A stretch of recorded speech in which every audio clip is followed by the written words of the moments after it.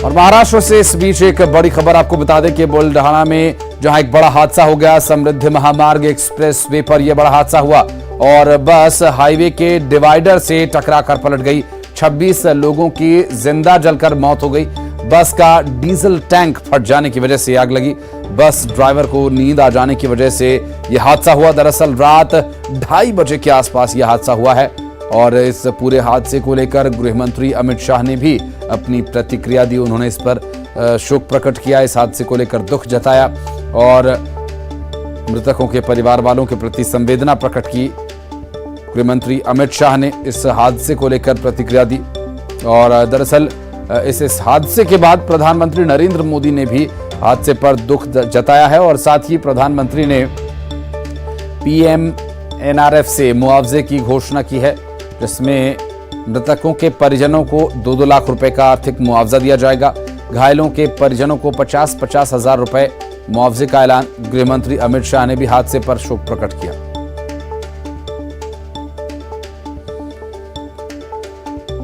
तो हादसे के बाद इस पूरे घटनाक्रम को लेकर प्रधानमंत्री और गृह मंत्री ने शोक प्रकट किया है। बेहद दुखद यह हादसा रहा और इस हादसे के बाद मुआवजे का भी ऐलान किया गया है।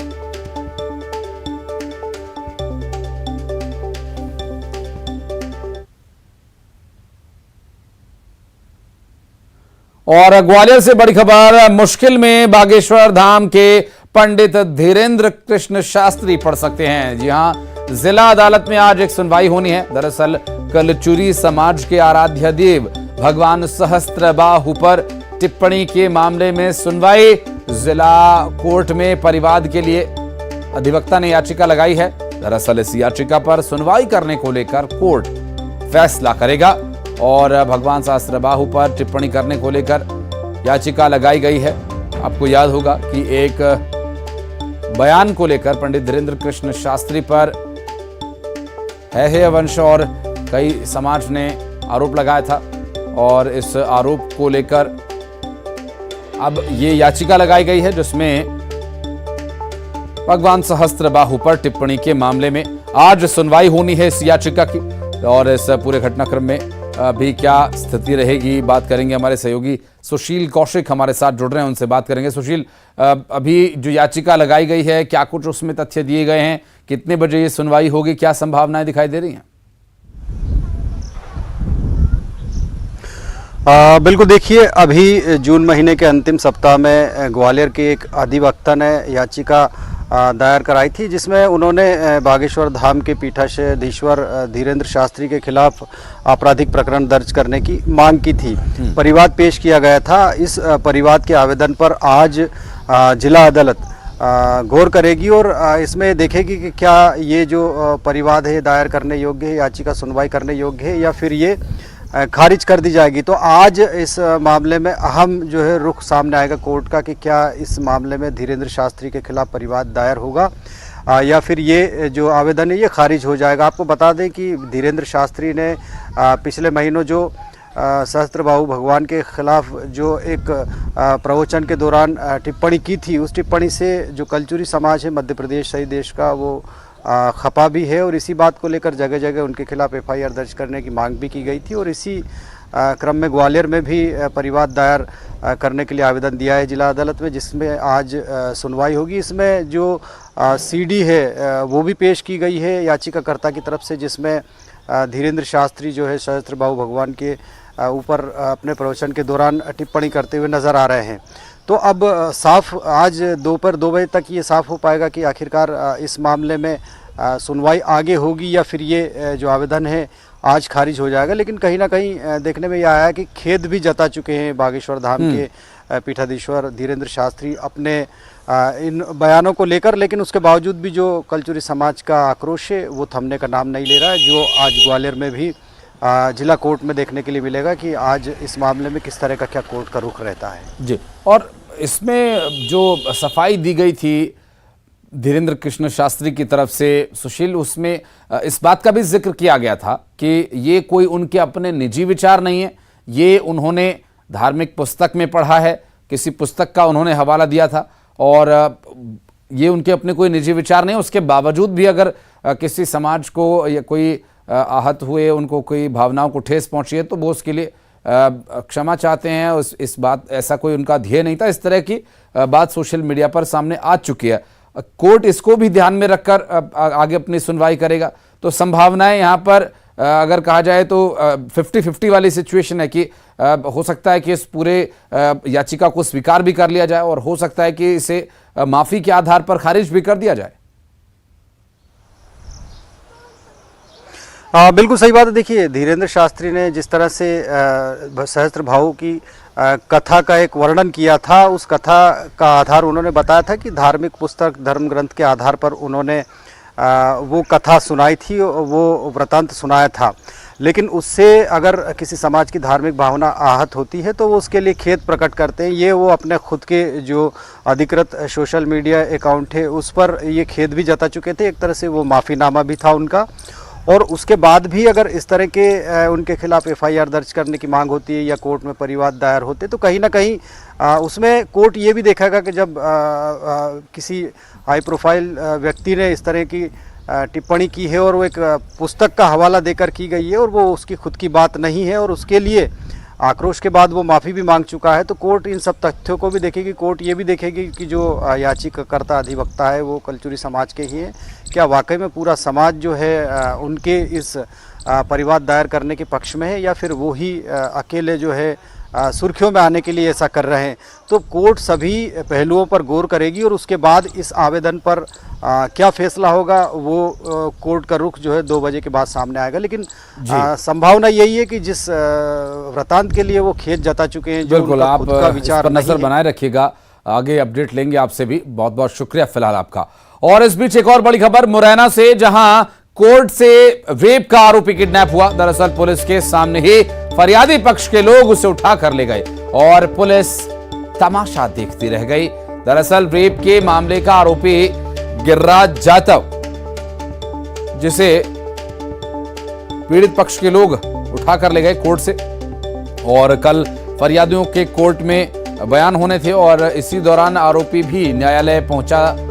पुलिस लेकर उसे पहुंची थी और पुलिस ने देर रात 3 बजे आरोपी को पकड़ा था और आरोपी को फरियादी पक्ष के लोगों से पकड़ा गया था। और सबलगढ़ न्यायालय का ये पूरा मामला, दरअसल यहां फरियादियों के कोर्ट में बयान होने के दौरान का ये मामला है, जहां कोर्ट से रेप का आरोपी किडनैप कर लिया गया था। पुलिस के सामने ही फरियादी पक्ष के लोग उसे उठा कर ले गए थे और पुलिस वहां पर तमाशा देखती रह गई।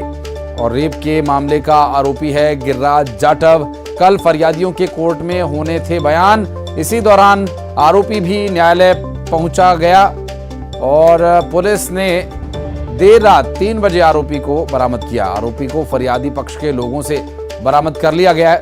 सबलगढ़ न्यायालय का ये पूरा मामला बताया जा रहा है। कोर्ट से ही उस आरोपी को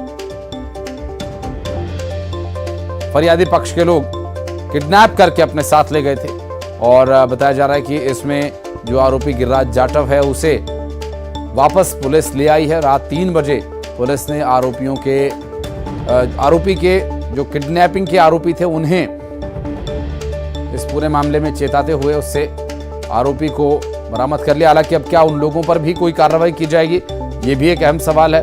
और चूंकि ये भी एक गैर कानूनी काम है जो आरोपी गिरिराज जाटव ने किया, वो तो जघन्य अपराध है ही, लेकिन कानून हाथ में लेने का काम यहाँ आरोपी पक्ष, जो पीड़ित पक्ष पहले था, अब वो इस मामले में क्या कोई कार्रवाई उन पर भी की जाएगी, ये देखने का विषय होगा। पुलिस इस पूरे मामले में क्या कार्रवाई करे, चूंकि पुलिस की हिरासत से, कोर्ट के बयान से पहले इस तरह से किसी भी मुलजिम को पकड़कर किडनैप करके अगवा करके ले जाना गैर कानूनी।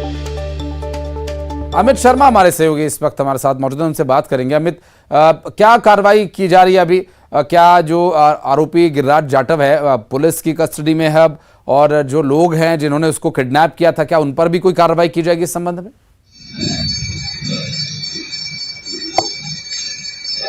देखिए आशीष, बिल्कुल आपको बता दूं कि ये पूरा मामला सबलगढ़ न्यायालय का है।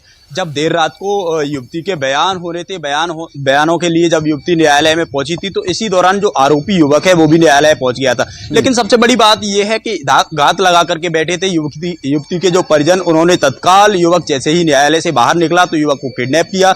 करीबन 1 दर्जन से अधिक जो आरोपी थे, जो युवक को किडनैप कर ले गए थे, उन्होंने जो आरोपी युवक था उसे किडनैप करके ले गए। उसके बाद में देर रात को पुलिस ने युवक को बरामद तो कर लिया, लेकिन अभी तक जो आरोपी हैं उनके खिलाफ कोई कार्रवाई नहीं की गई है। लेकिन सबसे बड़ी बात यह है कि मौके पर मौजूद पुलिस भी थी, लगभग आधा दर्जन पुलिस नजर आ रही है, लेकिन पुलिस भी तमाशबीन बनी रही और पुलिस के बीच से आरोपी का इस तरीके से अपहरण हो जाता है, तो ये कहीं ना कहीं पुलिस की कार्यप्रणाली पर भी सवाल खड़े कर रहा है। आशीष, बिल्कुल, और ये चूंकि अभी पुलिस की कार्यप्रणाली पर तो सवाल है ही, लेकिन इस पूरे मामले में जिन लोगों ने अगवा किया था उन पर भी संभवतः आगे कार्रवाई हो सकती है। अमित, बहुत शुक्रिया आपका इस पूरे मामले पर जानकारी के लिए।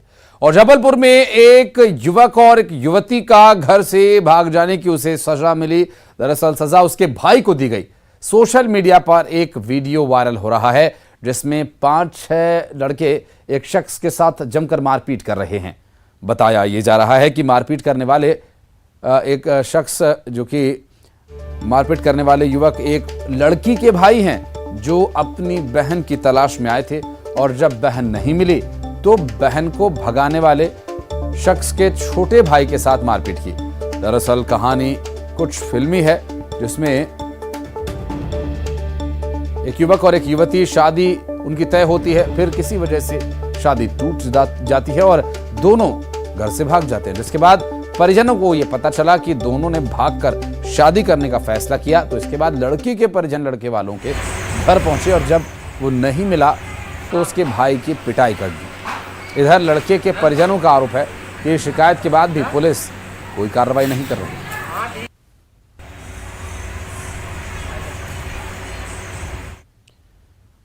और भोपाल से बड़ी खबर, जहां एक शख्स की सरेराह डंडे से पिटाई की गई। आपको बता दें कि कमला नगर थाना क्षेत्र के राहुल नगर का ये वीडियो बताया जा रहा है। शराब के पैसों को लेकर विवाद की वजह सामने आई है। वीडियो वायरल होने के बाद पुलिस जांच में जुटी हुई है, जिसमें एक शख्स को बुरी तरह से पीटा जा रहा है। वो वीडियो सामने आने के बाद अभी फिलहाल पुलिस इस वीडियो की जांच कर रही है। एक शख्स की सरेराह डंडे से पिटाई का ये मामला, जहां शराब के पैसों को लेकर विवाद हुआ, बताया जा रहा है। और इस विवाद में मारपीट की गई। एक शख्स के साथ 2 आरोपी उसके साथ मारपीट करते नजर आ रहे हैं। और कमला नगर थाना क्षेत्र के राहुल नगर का ये वीडियो बताया जा रहा है। और ग्वालियर में बीच सड़क पर मारपीट हुई। एक युवक के साथ जमकर मारपीट की गई और इस मारपीट के दौरान वो शख्स सड़क पर कुछ देर के लिए बेहोश हो गया। मारपीट की ये वारदात एक वीडियो में दिखाई दी और ये वीडियो वायरल हो रहा है। दरअसल लक्ष्मीबाई कॉलोनी के बाहर का ये मारपीट का मामला। पड़ाव थाना पुलिस आरोपियों की तलाश में जुटी हुई है। और इस मारपीट के दौरान जो वीडियो सामने आया, इस वीडियो के आधार पर पुलिस इन आरोपियों की तलाश कर रही है। और ग्वालियर से तस्वीर सामने आई, जहां इस शख्स के साथ मारपीट की जा रही है और मारपीट के दौरान वो शख्स बेहोश हो गया। कारण क्या रहा, क्यों मारपीट हुई, क्या ऐसा मामला है जो इसके साथ इस तरह से मारपीट की गई, ये अभी तक स्पष्ट नहीं हो पाया है। बीच सड़क पर कुछ लोग तमाशबीन बनकर वहां देख रहे हैं तमाशा, और कुछ लोग वहां पर स्टाइल मार रहे हैं, टोपी पहनकर आ रहे हैं।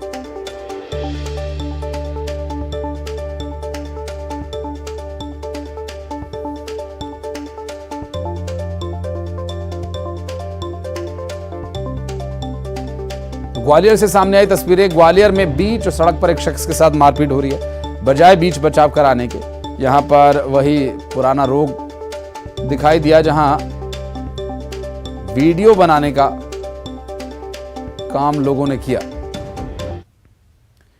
और भोपाल से बड़ी खबर, आज 40 साल पुरानी एक जर्जर इमारत गिराई जाएगी। दरअसल भोपाल के जागृति कॉलोनी में जर्जर हो चुकी इमारत अचानक एक तरफ झुक गई और बिल्डिंग में रह रहे लोगों को रैन बसेरे में शिफ्ट किया गया और अब उन घरों को खाली करा लिया गया है। नगर निगम और जिला प्रशासन के अधिकारी कल रात से मौके पर मौजूद हैं।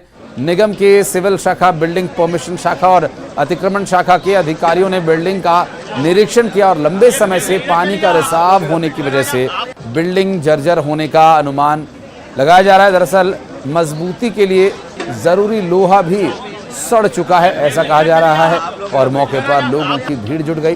दरअसल पुलिस बल भी तैनात किया गया है और एक भवन काफ़ी जर्जर हो गया है और एक तरफ उसका झुकाव होने की वजह से उसे अब खाली करा लिया गया है और 40 साल पुराने इस बिल्डिंग को गिराया जाएगा। आज इसको ध्वस्त किए जाने का काम किया जाना है। जागृति कॉलोनी में बिल्डिंग में रह रहे लोगों को फिलहाल के लिए रैन बसेरा में शिफ्ट कर दिया गया है। 50 मीटर क्षेत्र तक के घरों को भी एहतियात के तौर पर खाली करा लिया गया है और मजबूती के लिए ज़रूरी लोहा जो इसमें लगा हुआ होना चाहिए वो खराब हो चुका है, सड़ चुका है लगातार पानी के रिसाव की वजह से, और पानी का रिसाव होते रहने की वजह से ये लोहा सड़ चुका है। जागृति कॉलोनी का ये पूरा मामला, बिल्डिंग में रह रहे लोगों को रैन बसेरे में शिफ्ट करना पड़ा। 50 मीटर क्षेत्र तक के घरों को खाली करा लिया गया है। जिला प्रशासन के अधिकारी कल रात से मौके पर मौजूद हैं और मजबूती के लिए जो ज़रूरी लोहा इसमें होना चाहिए था वो भी सड़ चुका है और आवश्यक सपोर्ट इसमें नहीं है। वासु हमारे सहयोगी हमारे साथ मौजूद हैं। वासु, 40 साल पुराना भवन है और अभी क्या इसमें जानकारी मिल रही है, कैसे इसको डिमोलिश किया जाएगा, क्या है डिटेल्स? बिल्कुल, देखिए भोपाल के जहांगीराबाद इलाके में मौजूद है ये भवन जो 40 साल पुराना बताया जा रहा है और इमारत क्षतिग्रस्त है, कमज़ोर है और जिसका सर्वे किया गया और सर्वे में ये पाया गया कि इस इमारत को डिमोलिश करना ही ठीक रहेगा, नहीं तो किसी भी समय ये खतरनाक साबित हो सकती है। और यही वजह है कि अब जो नगर निगम का अमला है, पुलिस प्रशासन, जिला प्रशासन का अमला है, वो मौके पर पहुंच चुका है। इससे पहले ये भी बात निकलकर सामने आई थी कि जो बिल्डिंग है वो एक तरफ झुकती हुई नजर आ रही थी। अब इस बिल्डिंग को गिराने की जो तैयारी है वो शासन प्रशासन ने पूरी कर ली है। बिल्डिंग का जो पूरा सामान है उसको बाहर निकाल लिया गया है और इसके अलावा आसपास के इलाकों को भी अगर सुरक्षा के मद्देनजर देखा जाए तो वहां से लोगों को हटाने का, दूर करने का काम किया गया है ताकि किसी को भी किसी तरीके की कोई क्षति ना पहुंचे। पूरी तैयारी है। मौके पर एहतियात के तौर पर जो पुलिस बल है वो भी मौजूद है और जल्द ही इस पूरी बिल्डिंग को गिराने की कार्रवाई की जाएगी। जी बहुत शुक्रिया वासु आपका इस जानकारी के लिए। नजर बनाए रखें आप और जो एहतियाती कदम है वो भी उठाए जा रहे हैं। बहुत बहुत शुक्रिया। फिलहाल एक छोटे से ब्रेक के लिए हम यहाँ पर रुकेंगे। खबरों का सिलसिला ब्रेक के बाद भी जारी रहेगा, आप कहीं मत जाइएगा।